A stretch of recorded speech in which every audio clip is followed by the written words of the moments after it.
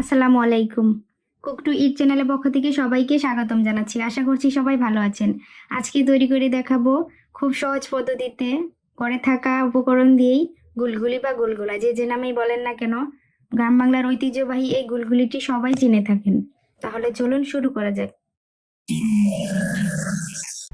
আটা দিয়ে গুলগুলি বা গুলগুলা তৈরি করার জন্য প্রথমে লাগবে আমার 2 কাপ আটা। আমি এখানে মেজারমেন্ট কাপের 2 কাপ আটা নিয়ে নিচ্ছি।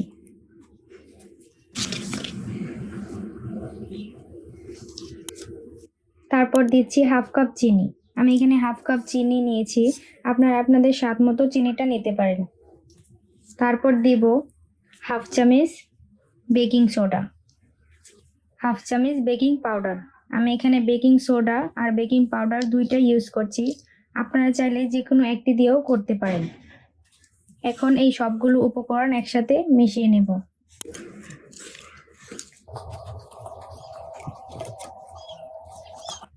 এখন অল্প অল্প পানি দিয়ে আমি গুলগুলির গোলাটা তৈরি করে নেব। পানিটা আপনাদের আন্দাজ অনুযায়ী দিতে হবে, যতটুকু প্রয়োজন। এটা বেশি পাতলা করা যাবে না, একটু ঘন হবে।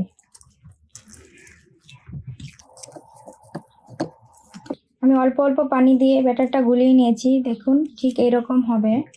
এখন স্বাদ মতো লবণ দিয়ে আবারও একটু গুলে আর রেখে দেবো 5 মিনিটের জন্য। আমি রেস্টে 5 মিনিটের জন্য রাখবো, তারপর নিয়ে যাব ভাজার জন্য। চুলায় একটি কড়াই বসিয়ে পর্যাপ্ত পরিমাণ তেল দিয়ে গরম করে নিয়েছি। এখন এই গুলা থেকে হাতের সাহায্যে আমি অল্প অল্প দিয়ে দিব।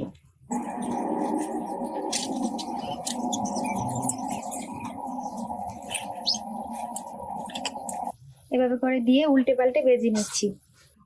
দেখুন গোলগুলিগুলো কত সুন্দর ফুলে উঠেছে।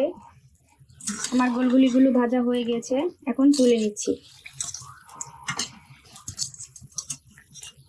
এভাবে করে আমি সবগুলি বানিয়ে নেব। খুব সহজেই অল্প উপকরণ দিয়ে তৈরি করে ফেললাম গুলগুলি বা গুলগুলা। আশা করছি আমার এই রেসিপিটি আপনাদের ভালো লেগেছে। যদি ভালো লেগে থাকে তাহলে অবশ্যই আমার চ্যানেলটি সাবস্ক্রাইব করে পাশে থাকা বেল আইকনে ক্লিক করে দিবেন।